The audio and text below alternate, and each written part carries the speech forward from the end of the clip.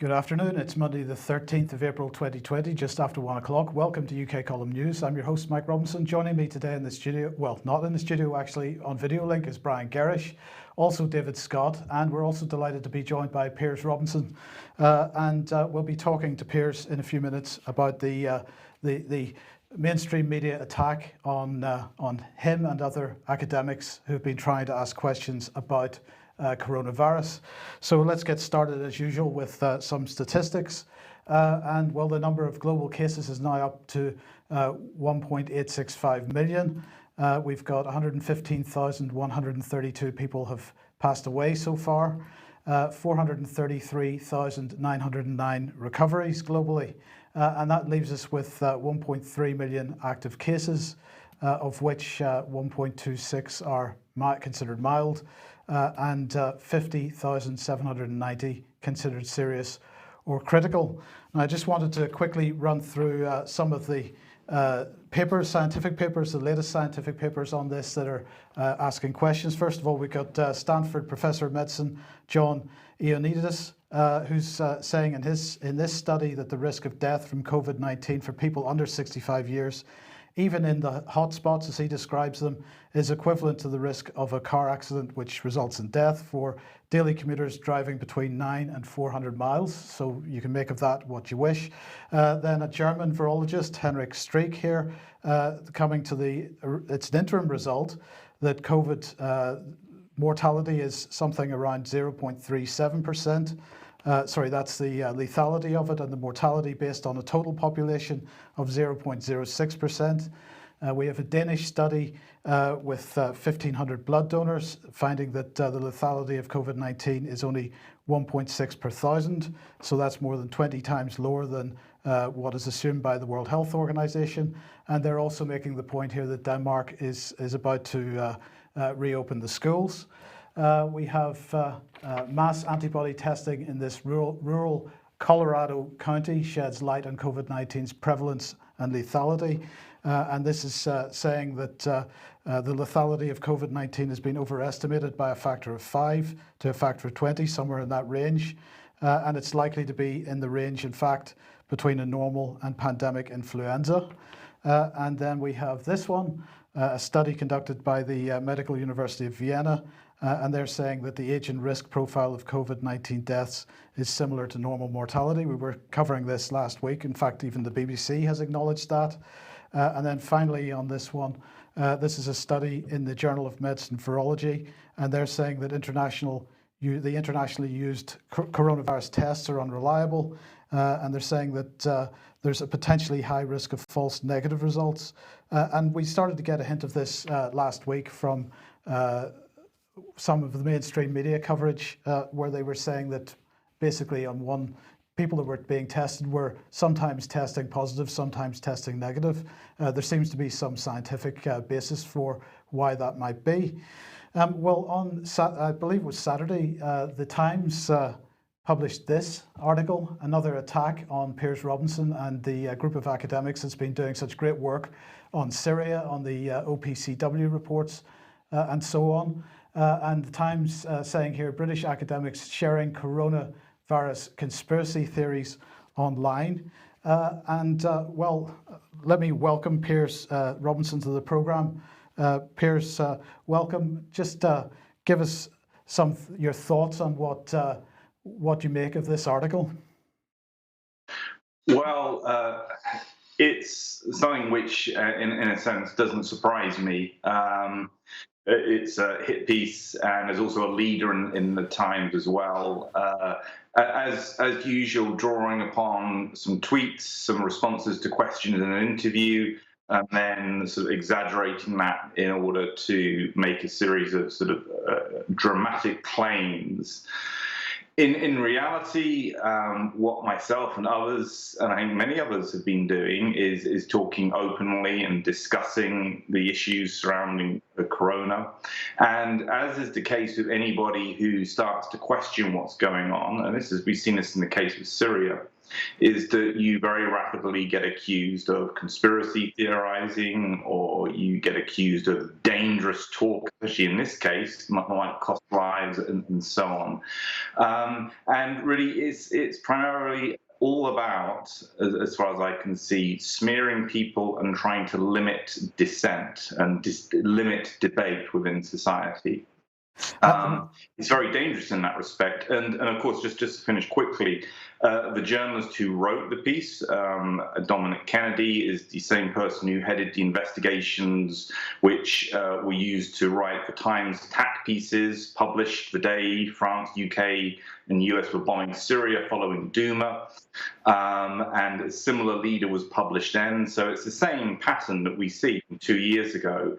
And then they were calling us conspiracy theorists, Assad apologists. And as we all know now, our research and questioning regarding Syria and the alleged chemical weapons attacks has broadly been vindicated by multiple OPCW whistleblowers and multiple leaked documents which confirm that we were right all along to be raising questions. And I think there I rest my case. Well, absolutely. Now, one of the things that fascinated me about this article, Piers, was they were attacking you directly for maybe 2/3 of the article.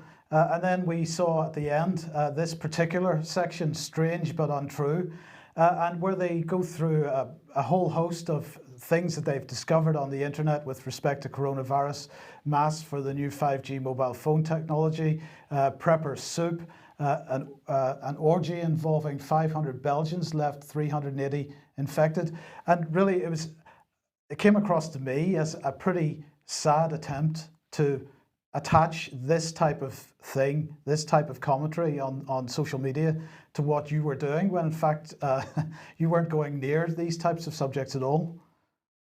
Well, that's very true. I mean, in fact, the interview that I think they seized upon, which was an interview with a young academic in Kazakhstan who has his own YouTube or podcast, and really what that interview was about was it followed on an article I'd written for Off Guardian, which was highlighting the parallels between what we see around 9/11 and the events afterwards with what we're seeing now in terms of this kind of deep event which ushers in huge changes. Drawing a comparison with that, and actually the primary sort of discussion or argument was that we need to be extremely careful of these crises being exploited by powerful political actors. And that's really what the argument was being made. And that's an eminently reasonable argument to be made. And in fact, it's an essential argument to be made at this point in time. But of course, that reasonable argument is just buried in the selective quotes. And then, as you say, linking in with a whole host of other theories which might be implausible, which are circulating on the internet. It's just trying to smear people who are asking important, legitimate questions. We've seen it throughout, the last 40, 50 years. People, Iran-Contra, I always quote Iran-Contra. Bob Parry was, questioning what was going on there. He was smeared as a conspiracy nut, etc. at the time. Of course, it transpired he was entirely correct. And we have to ask we have to ask questions. We have to scrutinize governments, especially at times such as this. People can follow the rules and follow advice, and at the same time question government response. And I think that view, which is the argument that's being put forward, is one that is shared by many, many people, and you see it increasingly, I think, across a lot of the even mainstream media, with people questioning the government response, and then across social media with actually a quite impressive number of scientists, very eminent scientists, who have created their own YouTube videos and put them up on YouTube saying, look, we need to ask serious questions about what's going on at the moment. And what the Times is trying to do is to try and stop people from doing that. And that is very, very dangerous. People need to question and discuss and debate more so than ever. This is a very worrying time, I think. And as I said in the interview, it's a time when people are very malleable in the sense that they're scared and they're easy to be manipulated, especially by actors who want particular solutions to this issue, to the coronavirus. Absolutely. Now, just before you go, Piers, I just wanted to get your thoughts on this Daily Mirror article. Now, this was Voice of the People. This is the editorial for the Sunday People. The headline was, "If you flout coronavirus lockdown, you're a traitor to the national cause. Thank you to everyone who stayed indoors despite the glorious Easter weekend weather. But if you flouted the rules, you're a traitor to this country and our NHS." Is this really the type of headline and sub-headline that we should be seeing in British mainstream media, do you think? Well, when we see language which is traitor, a national cause, and so on, that kind of invoking of national sentiment and the need to be deferential, it's dangerous. As I said to you before, there's no problem with people following the rules. And I think Peter Hitchens made this argument. People need to follow the advice so that the government doesn't come back with even more coercive crackdowns. But people can do all of that, and at the same time they can question. And what that headline's really doing is it's not just about people, I think, sort of not flouting rules. It's about stopping people from actually thinking straight and thinking rationally and debating. And we need that now. We need, I think Hitchens called for a recall of Parliament, and we need all of that and possibly more in order to get a proper debate going on and get some kind of democratic control over this process. Because as far as I can see, that there are very powerful actors. We see Bill Gates on television advocating his solution to this problem. I would rather be seeing a group of independent, eminent British scientists debating what the correct solution to this is. And I'm very worried when you have very powerful people on the global stage pushing for particular solutions. That needs to be challenged, and we need to get this engaged. We need academics and the scientists who are experts on this to be discussing this and to be steering government policy and not have undue influence elsewhere. Yes, indeed. The question is, how many independent players are there in this field anymore? Yeah, I mean, we know there's a problem in academia, as there's a problem in mainstream media. But one of the things that I have a little bit of hope in is that, and because we've seen this with scientists who have been staking their reputation and going out on a limb and raising questions, is that there are still enough scientists who are good scientists who should be brought into the debate and who are genuinely independent. And it's not rocket science. It's not difficult to have a panel of experts who have to declare any competing interests, funding streams, and to ensure that that panel is properly balanced. I mean, this is just normal due process, is what we'd expect in any kind of scientific evaluation of something.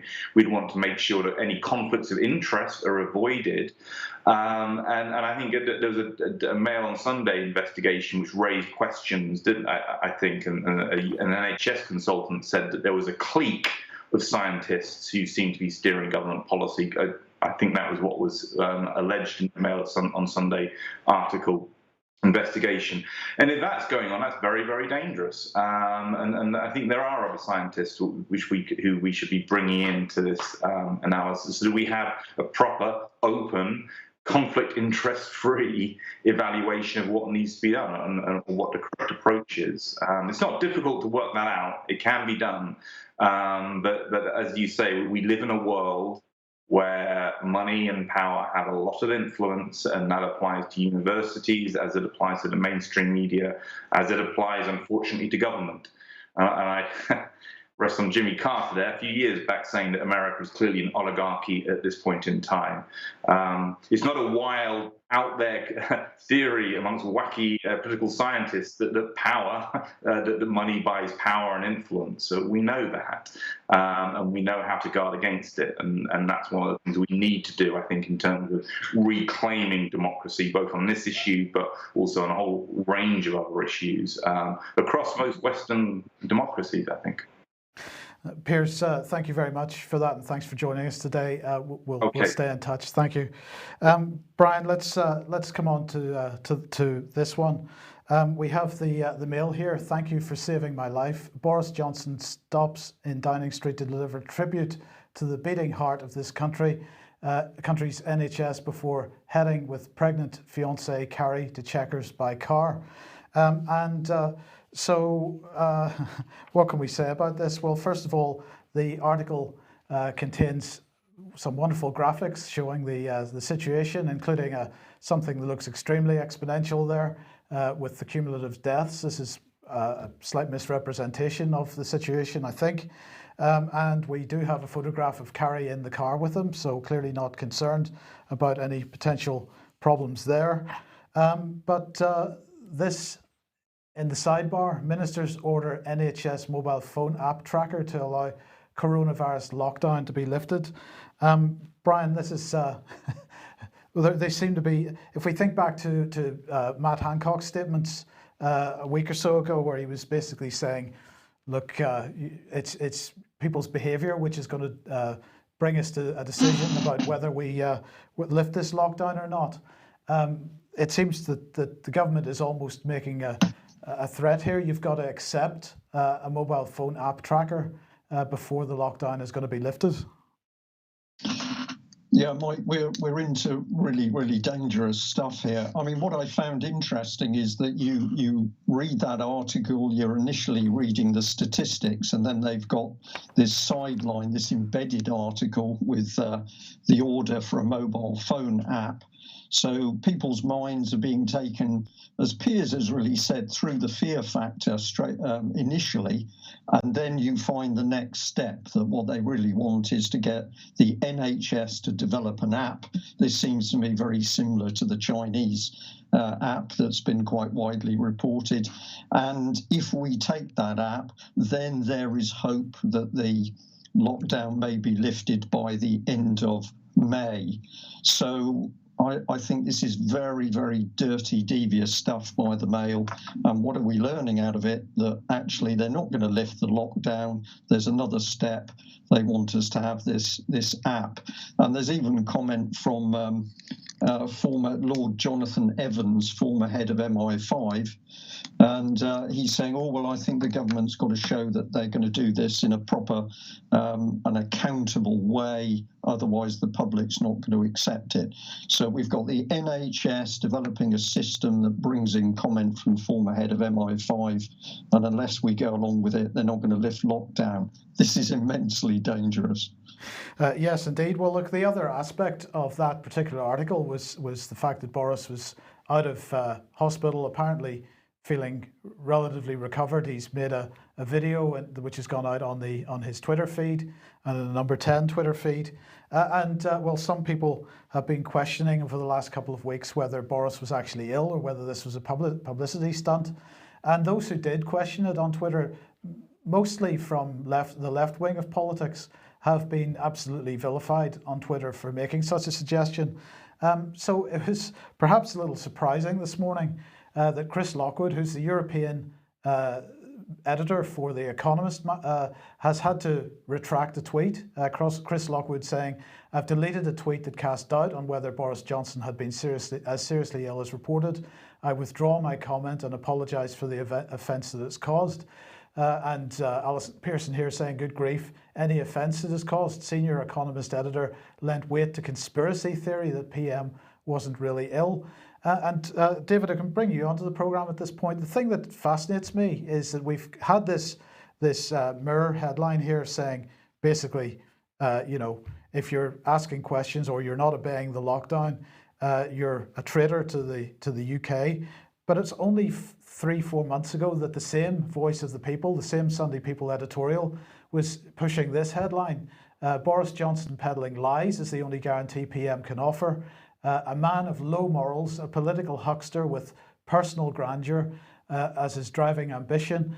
He has no vision beyond get Brexit done. So, David, only 3 months ago, we were seeing the same headlines or the same outlets really vilifying Boris, and yet now there's no criticism possible and no questions possible. How have we got to this point? It's remarkable. It's almost road to Damascus stuff. The left are seeing this as all of the Christmases coming at once. They're seeing control. They're seeing the nasty, unorganized mess that we call freedom. We call the free market. All of this has been closed down. It's all been put under government control. They're delighted. So all previous doubts over Boris's integrity are clearly forgiven and put aside. And most of the mainstream right are also following along with this, and it would appear quite indistinguishable from the whole of the left. So you're left with free thinkers and dissidents, and maybe the dissident right as the only voice is saying, well, hold on a minute, is all of this quite correct? Should we be giving up our liberty quite so willingly? Indeed. Right. Okay. Well, let's move on. And Brian, some good news on Ian Crane. Well, there is, and on screen we've got a screenshot of Ian's message, which was a really very poignant telephone call that you set up with Ian on Saturday and went out. That's now had over 31,000 views and 1,248 last time I looked comments where people are sending messages of support.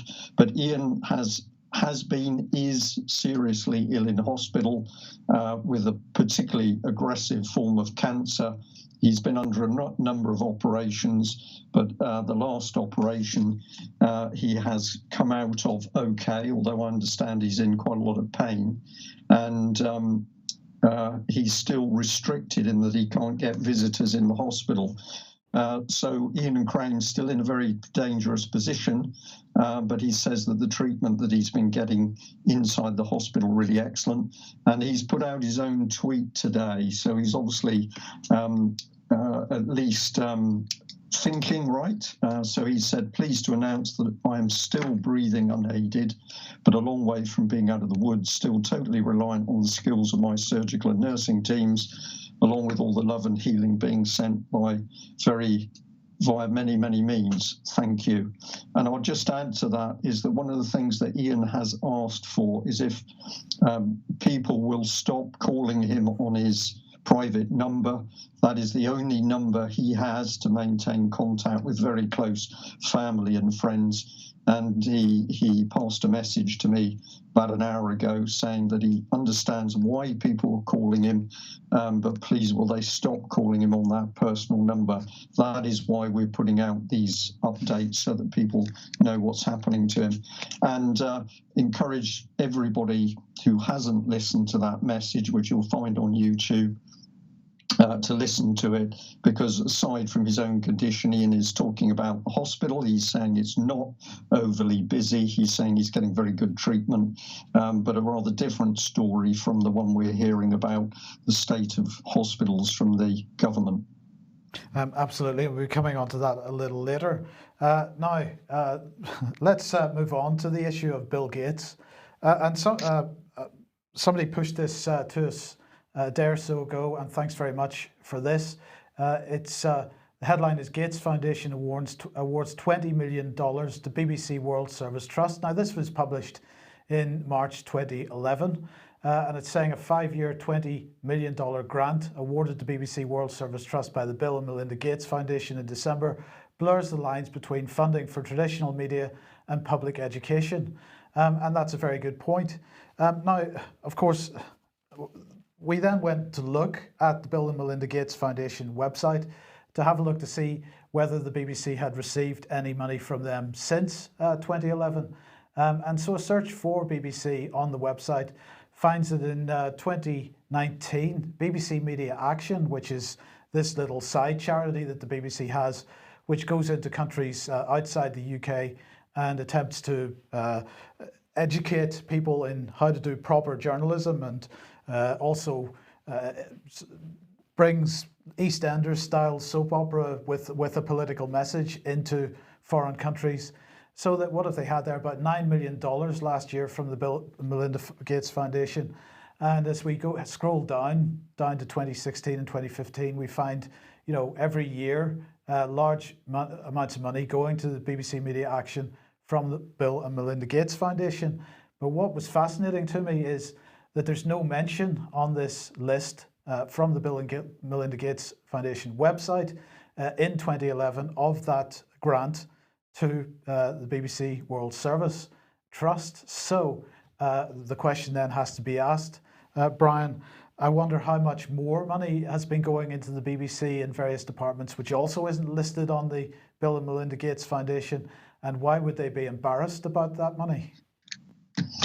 Well, Mike, I'm sure the answer is there's going to be a lot more money that's gone to the BBC. And what a state of affairs where you have this, I'm going to call it a dirty little charity, because it is a dirty little charity. Well, it's not very little, though, is it? Pardon? It's not very little, though.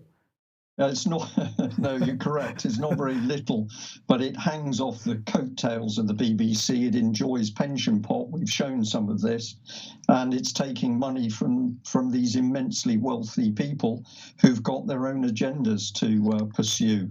So it's not declared openly to the public. If you found one sum that isn't declared, there will be more.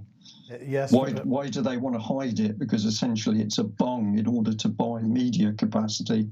That's how it seems, absolutely. But David, then, BBC pumping this out, Bill Gates, a few countries will get A grade for coronavirus response. So the question is, David, has the BBC published this because they've been paid to publish it? Well, it's amazing what you can buy. I mean, what is all these $1 million worth of grants get you? It gets you an exclusive on the BBC when you have something you want to say to the entire world. And everybody else picks up on it. The media was full of Bill Gates this morning, and it was quite an interesting little interview, mind you. So he's talking exclusively to BBC Breakfast. So that's what the money buys. He said we're in uncharted territory due to lack of investment and preparation. And he starts off, well, there's a period when I and other health experts were saying. So he's now a self-defined health expert, unqualified, but that's okay. The lack of knowledge of subject matter, as is so often the case, no barrier to being an expert, it would appear. And he then continues. He said, now we're here, and we didn't simulate this. We didn't practice. Well, is that quite true? Because, of course, he did. There was a simulation. It wasn't all that long ago. There was a simulation run by Johns Hopkins University in November. And it's worthwhile, we've reported on it before, but it's worthwhile just quickly going back to that. Here we have a report on it. Pandemic simulation exercise spotlights massive preparedness gap. Gosh, that sounds familiar. So this is on event 201. Run by Johns Hopkins University, funded by the Bill and Melinda Gates Foundation and by the World Economic Forum. And the report says the centre's latest pandemic simulation, so we have been simulating this thing, Event 201 dropped participants right in the midst of an uncontrolled coronavirus outbreak that was spreading like wildfire out of South America to wreak worldwide havoc.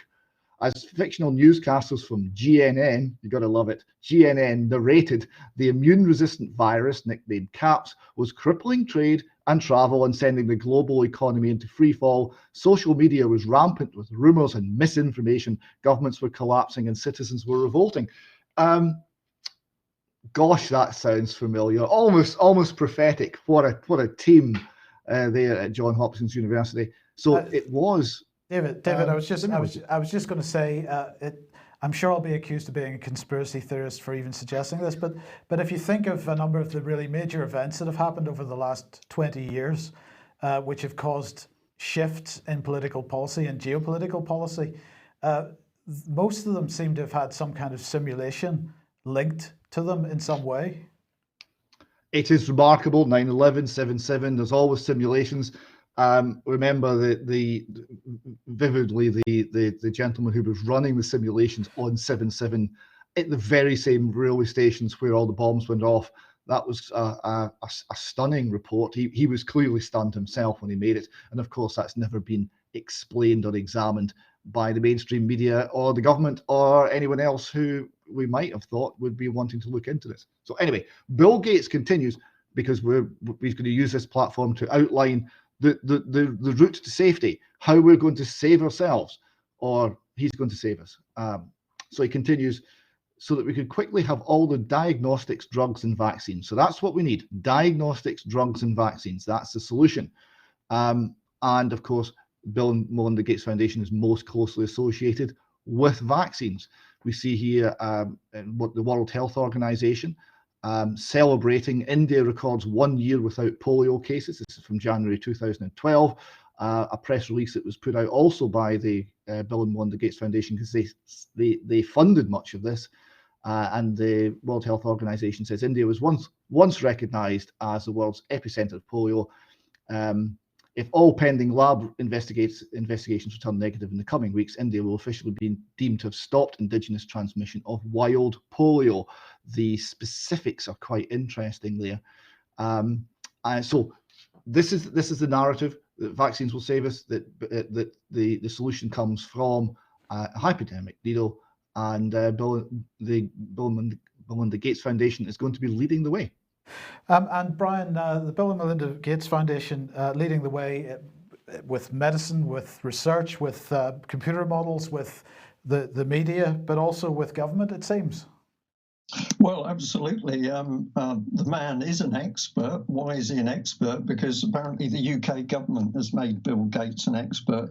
Let's just have a look at their own document. The one you've put on screen there is House of Commons International Development Committee Private Foundations. This is a government report from 2012.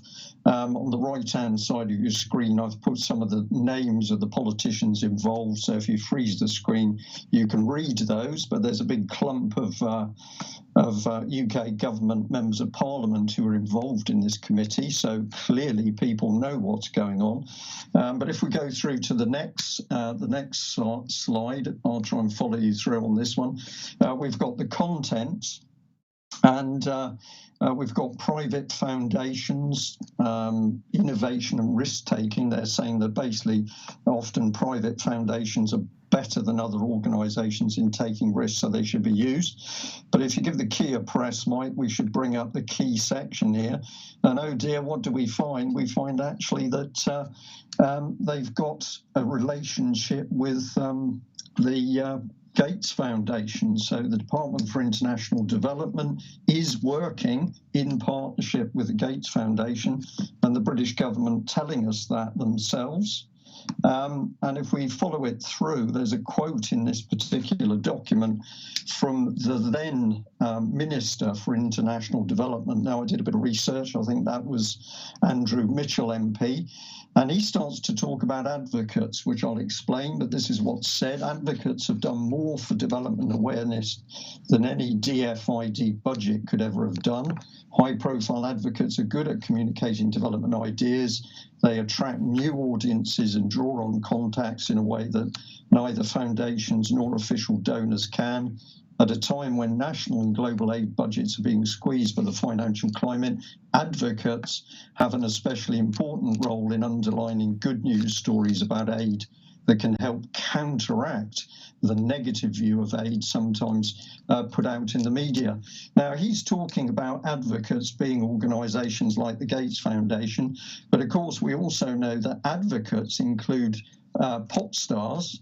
And if you bring this up by an amazing coincidence, over the weekend before I had the information on this government committee, I tweeted out that Twitter was pushing Lady Gaga and Bill Gates onto my Twitter page at least. And I'm saying, isn't it fascinating that we've now got Twitter as a very powerful organisation which wants to use pop stars to get the message across.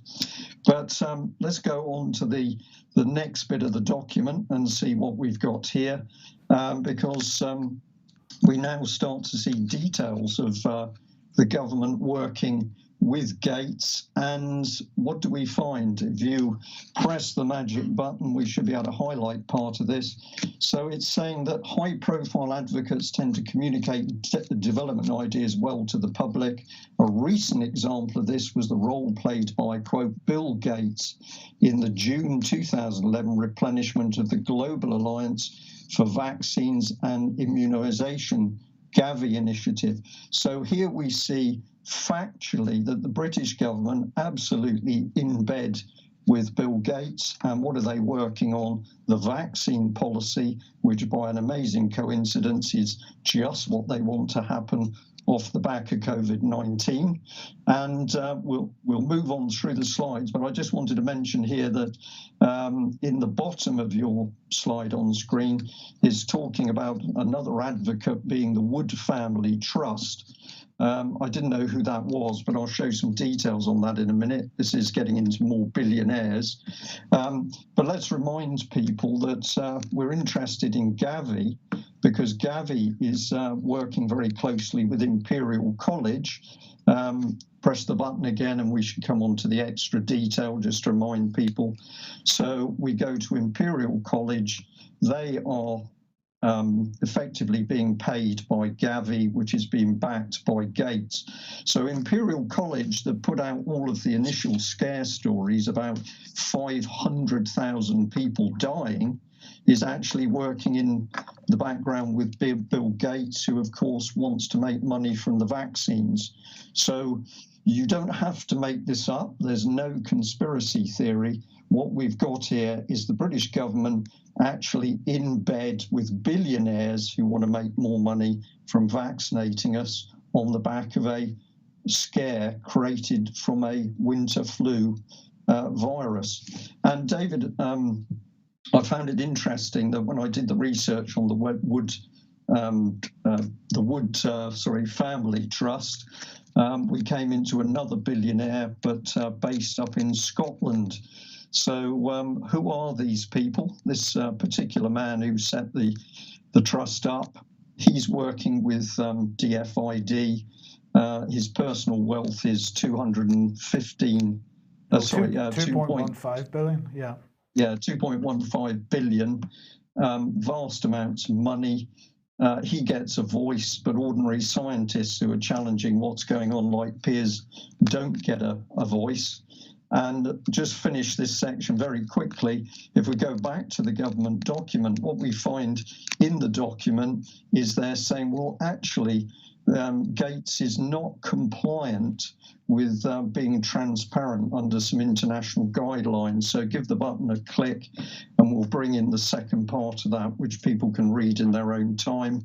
And if you press again, there's a bit more information on screen there where we're, sorry, I need to just catch up with myself on what the bottom says, but it says the Gates Foundation has not committed itself to compliance, but is, according to the submission from the NGO development initiatives, taking steps to, quote, publish more detailed and timely data consistent with IATI standards. Yeah, so we got the bizarre situation, thank you for that, where the British government in bed with the Gates organisation. They don't declare that to the voting public. It's hidden in plain sight. And then they admit that they're in bed with a man who's not even telling the truth about what he's up to anyway, because he's not complying with transparency arrangements. And if we just go on another one, I can't help smiling as I'm doing this because the whole thing is just so obvious. A section of the document is DFID's relationship with foundations.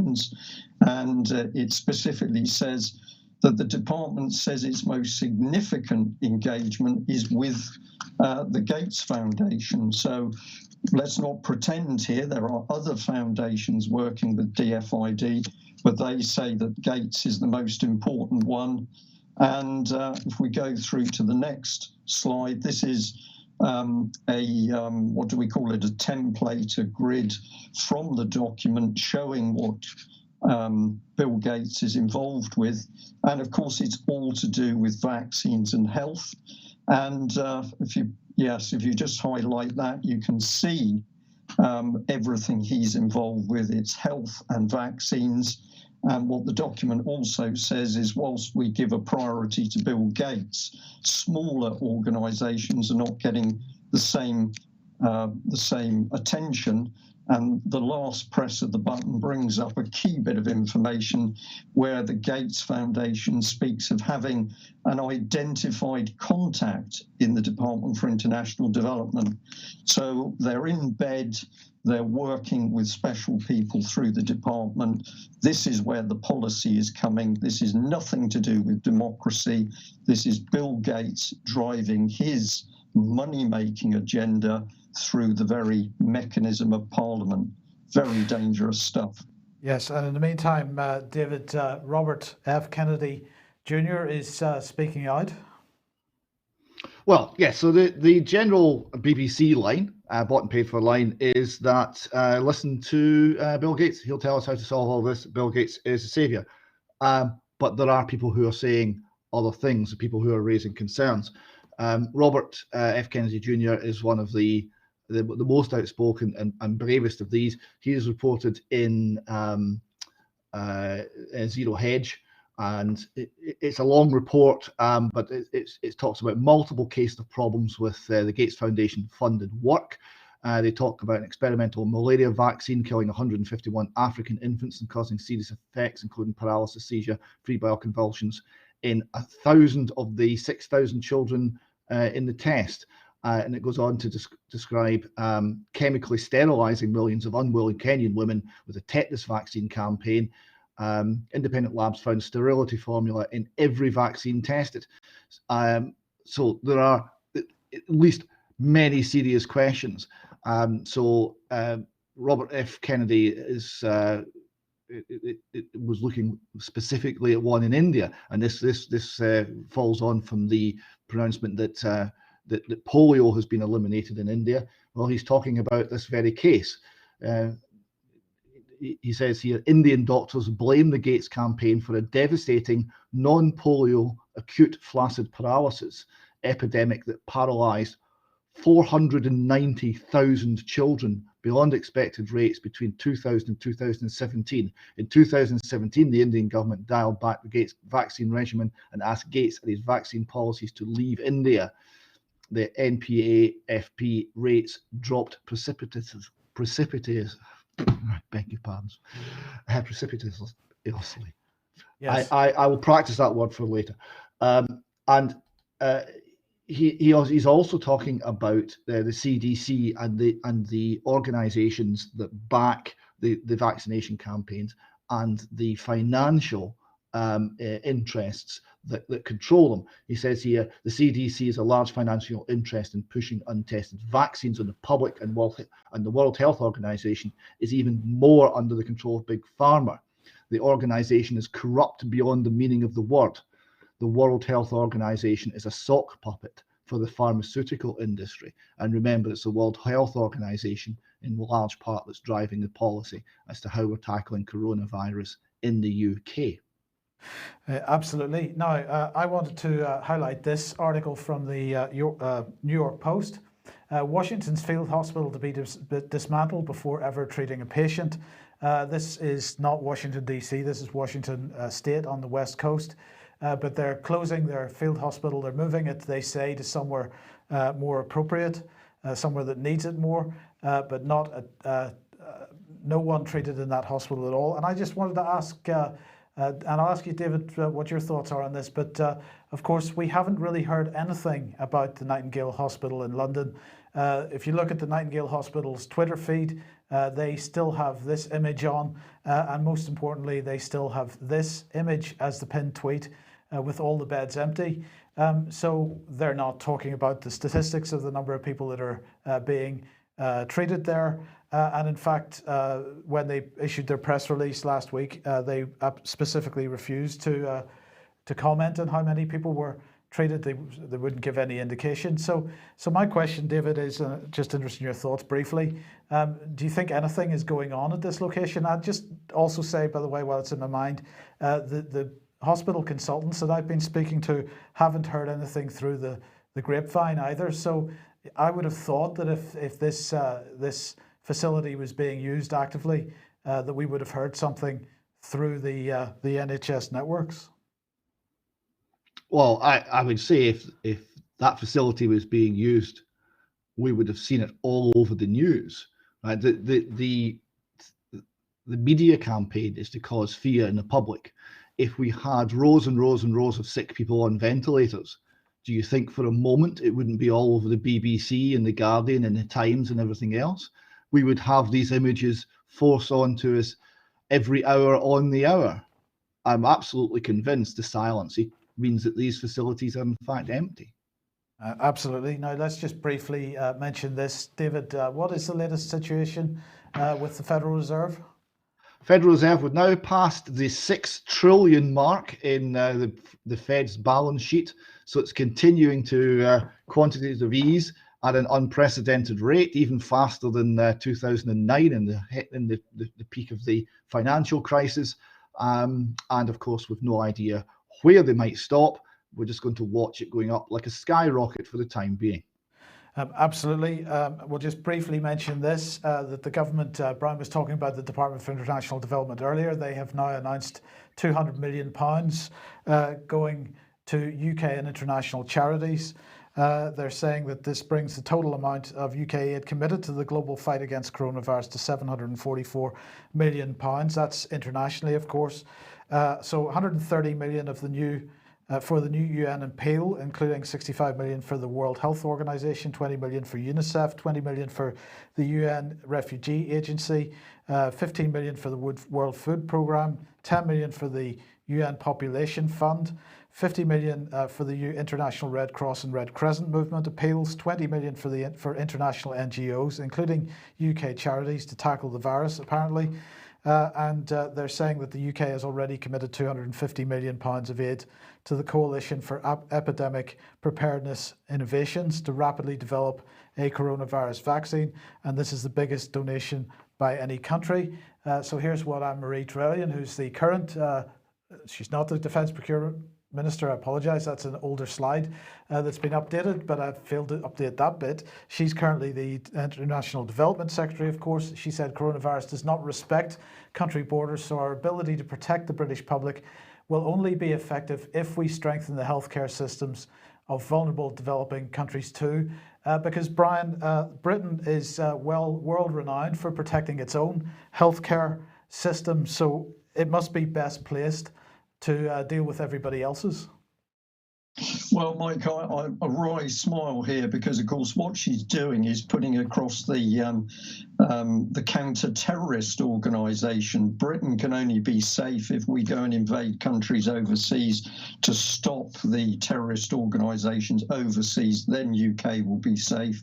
And now we're using the same argument for the virus. But of course, this government has worked to destroy the NHS and has been pretty open in how it's been doing that. So they haven't got our best interests at heart. We've only got to look at the way elderly people are being treated at the moment. And of course, even healthy elderly people locked up in residential and care homes without any form of public access. And of course, the do not resuscitate is being posted on them. So we're in very, very dangerous times in UK. They're not helping people overseas to help us. Is this lady deluded? Piers was talking about the fact people are scared and they're easily manipulated. I think a lot of the MPs are scared and being manipulated because they're certainly not thinking in a normal cognitive way. Absolutely. Now, David, we're over time, but I just want to go through a couple of these responses on Twitter. So take us through these. Well, the first one is the Central Community Team from Bedfordshire Police. They tweet out, if you think that by going for a picnic in a rural location, no one will find you, don't be surprised if an officer appears from the shadows! ! We are covering the whole country. And they show here a nice spooky clip of still of two shadows of police officers, gender balanced shadows, obviously, on a remote rural road coming to get you.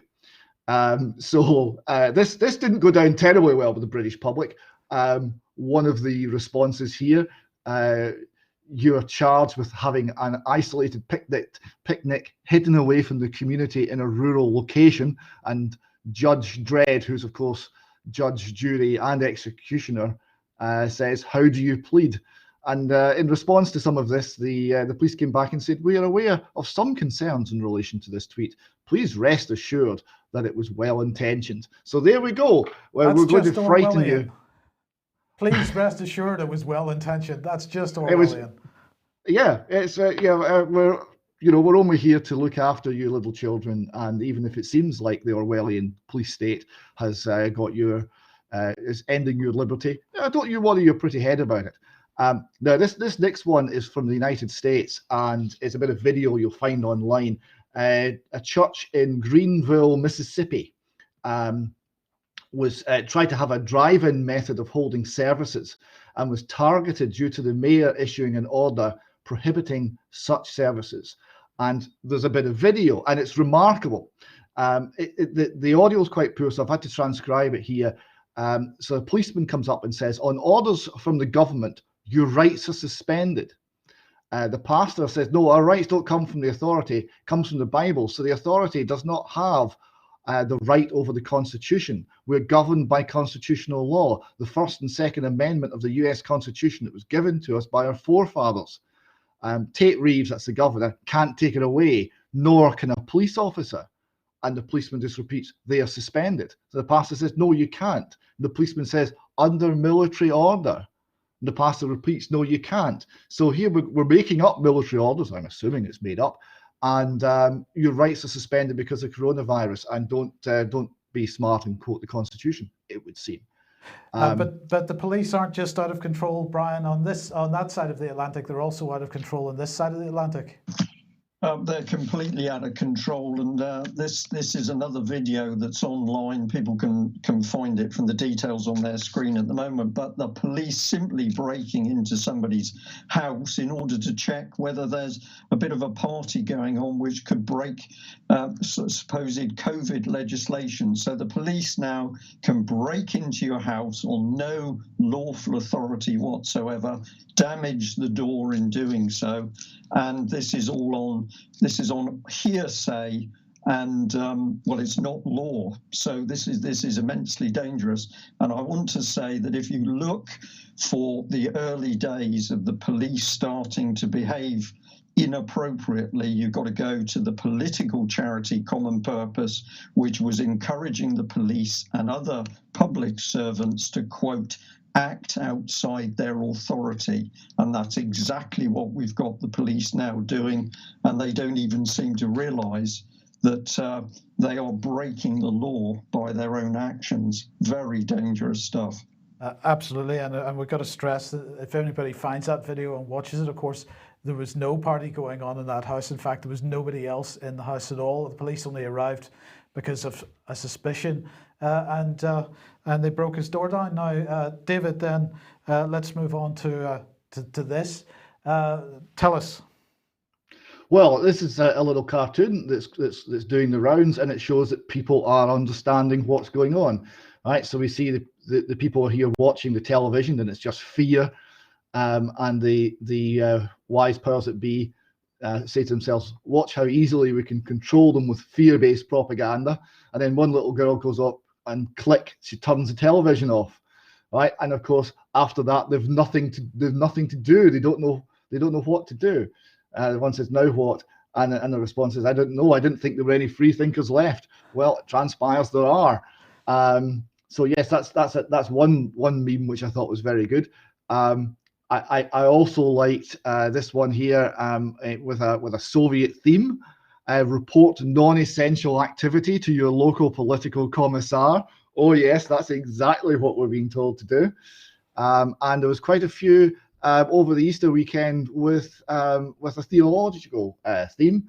So here we have the Last Supper being visited by police officers from Great Britain. And they're saying to Christ, I don't care who your dad is. This is an illegal gathering. I like that one. And we've also got Christ emerging from the tomb and an angry police officer shouting from the car, don't even think about it. That has the sound of truth. That's exactly how you will be greeted going out in certain places in the UK now. And let's finish on this one here. To those turning in your neighbours and local businesses, you did the right thing. Oh, yes. Absolutely. Brian, final thoughts? Well, this is the situation we're in. We got memes and people using humour to attack what's going on, but we're in a very dangerous situation. Piers began this news by saying that a lot of the public are being made very scared. Why are they being made scared? So the state can manipulate them. We're having people effectively locked down. told to stay in their houses, house arrest. Meanwhile, the government is organising the future vaccination policy with billionaires. This is a dictatorship. We've got a government of occupation. It's nothing to do with democracy, and a lot of people need to wake up very quickly, and that includes people in the political arena, because they've been going along with this dangerous policy. But of course, it also involves media people, because the revolution always eats its young. And if the BBC reporters think that they are going to get special treatment in Britain's new police state, they're very much mistaken. It will turn on them. Absolutely. Okay, well, look, we've got to leave it there for today. Thank you both very much for joining me today. And thanks also to Piers Robinson for joining us at the beginning of the programme. That's it for today. We'll be back on Wednesday, as usual, 1 p.m, and hope to see you then. Thanks very much. Bye-bye.